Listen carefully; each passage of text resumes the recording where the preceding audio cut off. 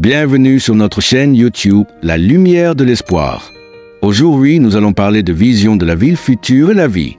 Avant de continuer, prends une minute pour t'abonner à notre chaîne pour plus de l'enseignement de Timothy Keller Sermon.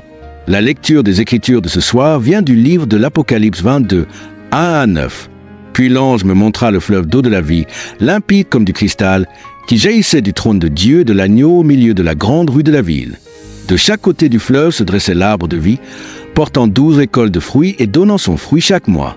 Et les feuilles de l'arbre sont pour la guérison des nations. Il n'y aura plus de malédiction. Le trône de Dieu et de l'agneau sera dans la ville, et ses serviteurs le serviront. Ils verront son visage, et son nom sera sur leur front. Il n'y aura plus de nuit. Ils n'auront besoin ni de la lumière d'une lampe, ni de la lumière du soleil, car le Seigneur Dieu les illuminera, et ils régneront au siècle des siècles. L'ange me dit, ces paroles sont dignes de confiance et véridiques. Le Seigneur, le Dieu des esprits des prophètes, a envoyé son ange pour montrer à ses serviteurs ce qui doit arriver bientôt. Voici, je viens bientôt. Heureux celui qui garde les paroles de la prophétie de ce livre. Moi, Jean, je suis celui qui a entendu et vu ces choses. Et quand je les eus entendues et vues, je tombai aux pieds de l'ange qui me les montrait pour l'adorer. Mais il me dit, garde-toi de le faire.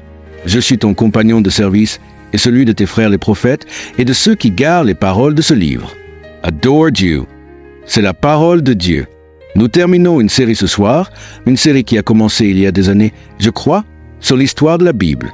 Et nous avons affirmé que la Bible n'est pas un ensemble d'histoires individuelles qui vous disent comment vous devriez vivre pour trouver Dieu. La Bible est une seule histoire sur comment Dieu est venu sur terre pour vous trouver. Et nous avons dit que le début de cette histoire se trouve dans la Genèse, où nous apprenons ce qui ne va pas chez nous. Au milieu de cette histoire, dans Romains, nous avons vu ce que Dieu a fait par Jésus-Christ pour rétablir les choses. Et maintenant, ces dernières semaines et ce soir enfin, nous regardons la toute fin du livre de l'Apocalypse où il nous dit comment tout finira par s'arranger. Et ici, dans le dernier chapitre du dernier livre de la Bible, nous avons une vision finale de l'avenir de Dieu, ce qu'il prépare pour nous. Posons-nous ces trois questions. Qu'est-ce que c'est? Comment cela arrivera-t-il? Et comment pouvez-vous être sûr d'en faire partie? Qu'est-ce que c'est? Comment cela arrive-t-il? Et qui peut être sûr d'en faire partie? Tout d'abord, qu'est-ce que c'est? Eh bien, au chapitre 21 et 22, nous avons une belle image de ce à quoi ressemble le monde quand Dieu l'obtient exactement comme il le veut. Quand l'œuvre rédemptrice de Jésus-Christ est accomplie et quand Dieu a le monde exactement comme il le veut, c'est une ville. Vous voyez cela? Regardez le verset 2. C'est une ville. Il y a une grande rue. Vous savez ce que c'est? C'est un boulevard, la rue principale. C'est une ville. Et si vous voulez comprendre cet arc narratif de toute la Bible, ce que vous avez en réalité, c'est que la Bible commence, vous le savez, l'histoire commence dans un jardin, mais se termine dans une ville. Et quand Dieu donne au monde la forme qu'il veut, c'est urbain. Maintenant, c'est intéressant. Remarquez que c'est une cité-jardin. Et cela me fait réfléchir. Quand je dis que c'est une cité-jardin, c'est une ville. Le mot ville signifie une population dense, beaucoup de gens. Mais cette ville est remplie de rivières, d'eau et d'arbres. Et c'est quelque chose d'important à considérer. Voici pourquoi. Il y a des années, un de mes amis m'a donné une façon de comprendre les villes que je n'ai jamais oubliées et que j'utilise tout le temps. Si vous avez été dans les parages, vous l'avez peut-être déjà entendu. Il a dit ceci, la ville est l'endroit où il y a plus de gens que de plantes. Et la campagne est là où il y a plus de plantes que d'humains. Et puisque Dieu aime certainement les gens plus que les plantes, il doit aimer la ville plus que la campagne. Et on rit. Haha, c'était drôle. C'est pour ça que je vous l'ai dit. Mais maintenant que nous avons fini de rire, nous nous retrouvons avec une vérité théologique inconfortable. Comment comprenez-vous la beauté? Car voyez-vous, j'ai cette tendance, nous avons tous cette tendance à dire, je dois sortir de New York, je dois sortir de la ville. Je veux sortir pour voir la beauté. Et quand nous pensons à la beauté, nous voulons dire les arbres, l'herbe et l'eau. Mais un arbre ou une rivière rivalise-t-il avec l'image de Dieu? Les êtres humains sont créés à l'image de Dieu. Un être humain possède une beauté et une profondeur qu'un arbre ne peut égaler. Et vous savez ce qu'est Manhattan? Il y a plus d'images de Dieu par pouce carré à Manhattan que partout ailleurs en Amérique du Nord, parce qu'il y a 60 000 personnes par mile carré qui vivent ici. Sachez cela. Et la ville la plus dense après compte environ 12 000 habitants par mile carré. Il y a plus d'images de Dieu là-bas. Et donc, je ne plaisantais pas quand j'ai dit, comment définissez-vous la beauté? Parce que lorsque Dieu regarde le monde, il doit aimer les villes. Vous aimez les villes? Parce qu'elles sont plus belles, la vraie beauté est là. plus que partout ailleurs. Mais cette ville n'a pas seulement la glorieuse densité de l'humanité, elle a aussi une beauté naturelle. Car voyez-vous, il y a des arbres, des feuilles et une rivière incroyable, limpide comme du cristal, et des feuilles. Et au fait, ces arbres ont des feuilles plus belles, plus parfumées que tout ce que vous avez jamais vu, parce qu'elles ne guérissent pas seulement les individus, mais les nations. Elles guérissent les sociétés. Vous savez, nous avons des feuilles sur les arbres qui créent des médicaments ou sont parfumées et très rafraîchissantes. Mais nous parlons d'arbres, nous parlons d'un fleuve d'eau de la vie, limpide comme du cristal. C'est donc une ville qui a non seulement une incroyable densité d'humanité, mais aussi une beauté naturelle incroyable. Et donc, quand Dieu fait les choses comme il les veut, il a une ville humaine avec tous les avantages des villes humaines et aucun des inconvénients.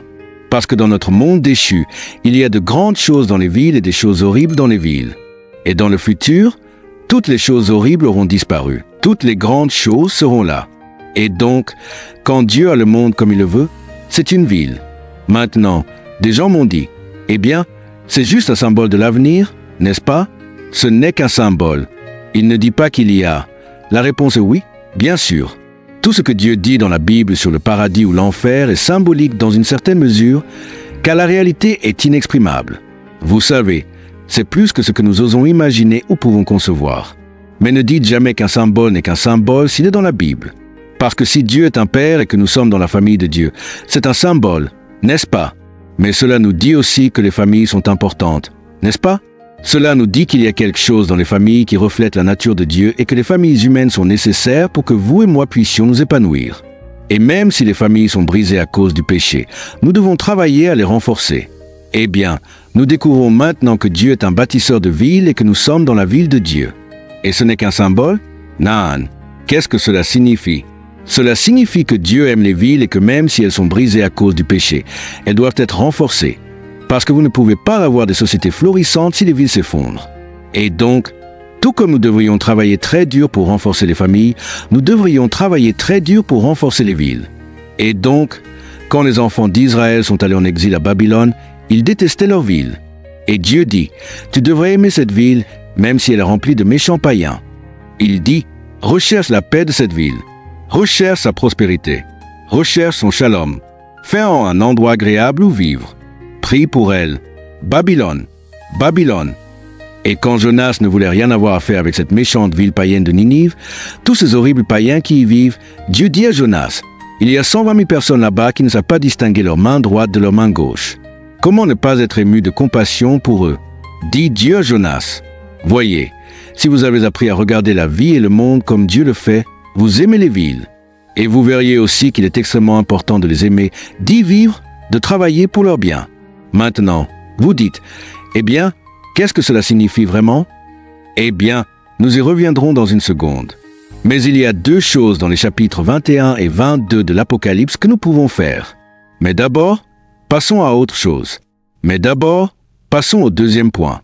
Le premier point est que l'avenir que Dieu prépare pour nous est urbain.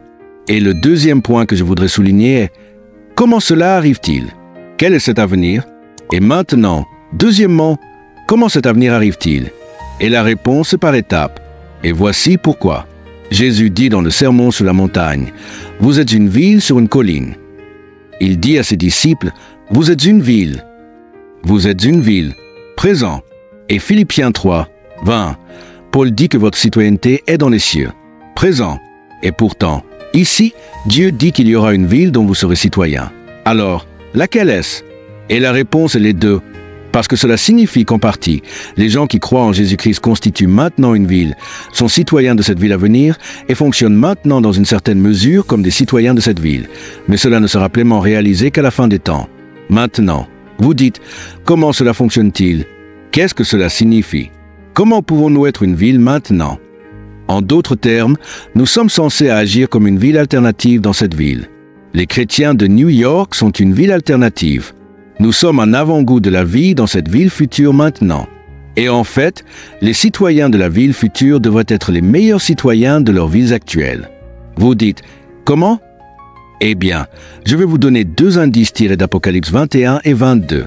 Tout d'abord, nous devons résister à l'oppression de la cité humaine.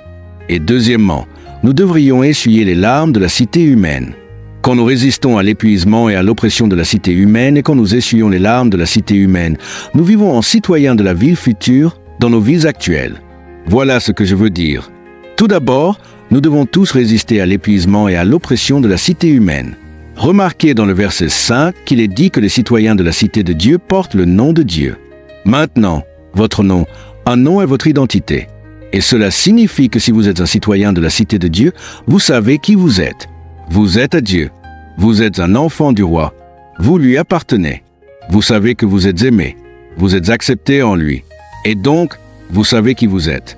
Maintenant, ce verset 5 du chapitre 22 est un contraste direct avec Genèse 11. Dans Genèse 11, nous avons le premier exemple d'êtres humains, des êtres humains pécheurs qui se rassemblent pour construire une ville. C'est dans Genèse 11 qu'ils construisent la tour, le gratte-ciel de Babel. Ils essaient de construire une ville appelée Babylone. Et Babylone et Babel représentent la société humaine sans Dieu. Et dans Genèse 11, 4, on nous dit qu'ils se sont rassemblés, on dit « Construisons cette grande tour. Construisons cette ville pour nous faire un nom. » Maintenant, je vous soumets que c'est une différence. C'est une grande différence entre la cité de l'homme, comme on l'appelle, et la cité de Dieu. Les citoyens de la cité de Dieu savent qui ils sont. Ils appartiennent à Dieu, et ils vivent pour Dieu, et ils sont acceptés par Dieu, et ils savent qu'ils sont aimés. Ils connaissent leurs valeurs. Mais les citoyens de la cité de l'homme essaient de se faire un nom. Ils ne savent pas qui ils sont. Ils essaient d'acquérir un sentiment d'importance et de valeur à travers leur travail, à travers leur art, à travers leur apparence. Et ils viennent en ville pour être vus. Ils viennent en ville pour réussir. Ils viennent en ville pour gagner de l'argent. Ils viennent en ville pour faire partie de la sophistication de la ville. Ils viennent en ville pour se faire un nom. Et c'est épuisant. Et les gens qui viennent en ville pour se faire un nom, et c'est la plupart des gens, sont épuisés et opprimés. Parce que si vous faites des affaires pour vous faire un nom, ou si vous faites de l'art pour vous faire un nom, vous piétinez. Tout le monde piétine, tout le monde désespéré, frénétique. Et si vous venez en ville pour vous faire un nom, essentiellement, votre travail est votre Dieu, et vous sacrifierez votre famille, votre intégrité et même votre santé sur son autel. Et la première chose, la première façon dont les chrétiens peuvent être une ville alternative dans la ville de New York, c'est en résistant à l'épuisement et à l'oppression, en résistant à l'alcoolisme au travail, en résistant aux idoles de leur ville et en vivant d'une manière très différente. Je veux que vous sachiez que deux personnes dans le même domaine, dont l'une sait qu'elle est en Christ et l'autre qui essaie désespérément d'avoir un sentiment de valeur, vont sortir ensemble et se marier différemment. Elles vont produire différemment. Elles vont faire de l'art différemment. Elles vont tout faire différemment. Deux entreprises différentes. Il y a deux villes différentes, deux sociétés différentes, deux façons différentes d'être humain. Et il y a un équilibre, une paix, un contentement. Donc, tout d'abord, nous sommes une ville différente quand nous savons qui nous sommes et que nous ne vivons pas pour nous faire un nom dans la ville, mais pour honorer le nom de celui à qui nous appartenons. Mais ensuite, deuxièmement, c'est au chapitre 21 et nous l'avons lu il y a quelques semaines. Vous savez, au chapitre 21, il est dit « La ville sainte descend du ciel ». C'est la même chose que cette ville. C'est la même ville. Et il est dit, et Dieu essuiera toutes larmes de leurs yeux. Dans cette ville à venir, Dieu a effacé toutes les larmes, toute souffrance, toute douleur. La douleur de la mort, la douleur de la souffrance, la douleur de la maladie, la douleur de la faim, la douleur de la solitude, la douleur de ne pas connaître Dieu et d'être simplement vide et de ne pas savoir pourquoi vivre. Et si nous voulons être citoyens de la ville future dans cette ville, cela signifie que nous devons sortir dans les quartiers pour essuyer les larmes. Voyez, tout le monde est trop occupé à se faire un nom. Les chrétiens devraient être différents. Ils devraient essuyer les larmes des gens. Et si nous essuyons les larmes des gens, les gens écouteront notre message. Cette semaine, j'ai entendu un homme nommé Ajit Fernando au téléphone. Etaj Ajit était un pasteur sri-lankais et il dit qu'en 2004, 150 églises chrétiennes sri-lankaises ont été attaquées ou brûlées. Mais peu de temps après, le tsunami est arrivé. Et quand le tsunami a frappé, toutes sortes de personnes ont été tuées et bien plus encore ont été laissées sans abri. Et les chrétiens sri-lankais sont allés sur la côte et ont fait un énorme travail de secours. Etaj Ajit dit que l'un de ses ouvriers, un de ses amis, aidait une famille qui avait participé à l'incendie des églises l'année précédente. Et l'homme regarda l'ami associé d'Ajit et dit « Vous savez, l'année dernière, nous vous agressions, mais nous ne savions pas vraiment à quoi vous ressembliez. » Voyez, parce qu'ils étaient là-bas en train d'essuyer les larmes de la ville, les gens de la ville commencent à écouter ce que nous avons à dire. Et donc, à quel point est-il important que la cité de Dieu, même si elle se trouve dans l'avenir, se fasse par étapes, Dans une certaine mesure, nous pouvons être la cité de Dieu maintenant. Dans une certaine mesure, dans la manière dont nous avons une attitude envers nous-mêmes, nous savons qui nous sommes. Notre attitude envers les autres, nous essuyons leurs larmes. Et si c'est si différent? De temps en temps, beaucoup de gens viennent dans une grande ville comme New York. Ils parlent de quoi? Ils parlent d'eux-mêmes. Ils sont là pour se faire un nom. Et ils font peut-être un peu de travail caritatif parce que c'est cool. Mais nous parlons de cela. Les gens qui sont citoyens de la ville à venir sont les meilleurs citoyens de la ville qui est. Et vous savez ce qui est génial avec ça? C'est que si vous mettez votre espoir dans la ville qui vient, voyez-vous quel équilibre incroyable entre optimisme et pessimisme il y a là? Voyez, si vous croyez qu'un jour, Dieu prendra ce monde matériel et effacera toute souffrance, détruira toute injustice et toute mort, ce que cela signifie, c'est que d'un côté, vous avez un certain optimisme. Vous êtes plus optimiste que quiconque si vous croyez cela. Mais en même temps, vous savez que c'est très limité à quel point les choses peuvent être bonnes jusqu'au dernier jour. Voyez, les gens qui ne croient pas en la cité de Dieu sont soit trop optimistes, soit trop pessimistes. Soit ils mettent tous leurs espoirs dans les programmes politiques, pensant que cela va tout changer, soit ils pensent que rien ne changera vraiment. Cette administration va faire beaucoup mieux que la dernière. Peut-être, peut-être pas. Mais je vais vous dire une chose, aucune plateforme politique, aucune technologie scientifique ne va vraiment rendre le monde incroyablement meilleur. En d'autres termes, le christianisme est, dans un sens, plus pessimiste que tout le monde, mais en même temps plus optimiste. En fait, quelqu'un a formulé cela ainsi. Il y avait deux hommes, et c'est ce qui s'est réellement passé il y a quelques années, deux hommes de haut rang, Christopher Reeve et Charles Crotamé, qui étaient tous les deux en fauteuil roulant. Et ils avaient eu une sorte de débat très visible à travers leurs écrits en 1999.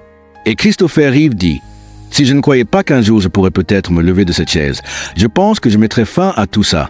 Parce qu'après tout, vous devez avoir l'espoir qu'un jour vous marcherez ou vous ne pouvez pas continuer. » Et Charles Crotamé dit: « Si vous mettez tout votre espoir dans le fait de marcher un jour, alors vous n'allez pas vraiment vous en sortir dans votre vie. » Christopher Reeve dit: « Vous savez, votre problème est que vous êtes trop pessimiste et vous devez avoir de l'espoir. » Et Charles Crotamé dit: « Vous êtes trop idéaliste et vous devez voir les choses telles qu'elles sont. » Mais que se passerait-il si vous apportiez l'Évangile? Voyez, l'Évangile est plus pessimiste que la personne la plus pessimiste et plus optimiste que la personne la plus optimiste. Parce que, et si vous disiez: « Oh, mon corps est brisé, je ne marcherai plus jamais. » Eh bien, l'Évangile vient et dit: « C'est pire que ça, votre âme est brisée, vous allez en enfer. » Et si vous dites: « Je sais juste que je vais marcher, je sais juste que je vais marcher. » Eh bien, l'Évangile fait mieux que cela. L'Évangile vient et dit: si vous croyez en Jésus-Christ, non seulement vous finirez par marcher, mais vous volerez de planète en planète par vous-même. Voyez-vous l'optimisme parce que la cité de Dieu vient? En même temps, un manque d'utopisme, car il a dit: regardez, jusqu'à ce que cela arrive, les choses ne vont que devenir si bonnes. Il y a un équilibre dans la façon dont nous vivons parce que la cité de Dieu se fait par étapes et seulement par étapes. Alors, tout d'abord, nous voyons ce qu'est cet avenir. C'est une ville. Et deuxièmement, nous voyons comment cela arrive par étapes. Et enfin, comment pouvez-vous être sûr d'en faire partie? Comment pouvez-vous être sûr que vous êtes un citoyen? Maintenant, voici comment. Regardez toutes les choses dans la cité de Dieu. Il y a un arbre de vie dans la cité de Dieu. Il y a un fleuve d'eau de la vie dans la cité de Dieu. Il n'y a pas de malédiction dans la cité de Dieu. Il n'y a plus de nuit dans la cité de Dieu. Et le nom de Dieu est sur le front de chacun dans la cité de Dieu. Savez-vous comment cela arrive? Pourquoi pouvons-nous avoir l'arbre de vie? Parce que Jésus-Christ a gravi la croix, l'arbre de la mort. Et parce que Jésus a gravi l'arbre de la mort, vous pouvez avoir l'arbre de la vie.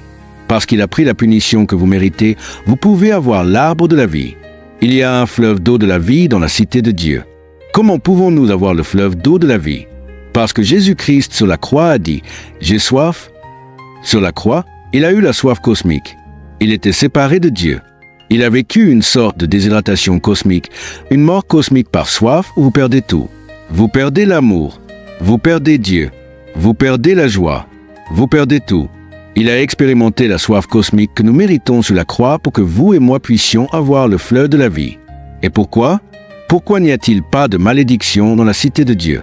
Parce que Galates 3 dit que Jésus-Christ est devenu une malédiction pour nous. Et pourquoi n'y a-t-il pas de nuit? Parce qu'à midi, au milieu du jour où Jésus-Christ a été crucifié sur le calvaire, les ténèbres sont descendues. C'étaient les ténèbres de la séparation d'avec Dieu. Et pourquoi? En d'autres termes, il a pris nos ténèbres pour que nous puissions avoir la lumière. Il a pris notre malédiction pour que nous puissions avoir la bénédiction. Il a gravi l'arbre de la mort pour que nous puissions avoir l'arbre de la vie. Il a pris la soif cosmique pour que nous puissions avoir l'eau de la vie. Et qu'en est-il du front? Vous savez qui avait le nom de Dieu sur le front?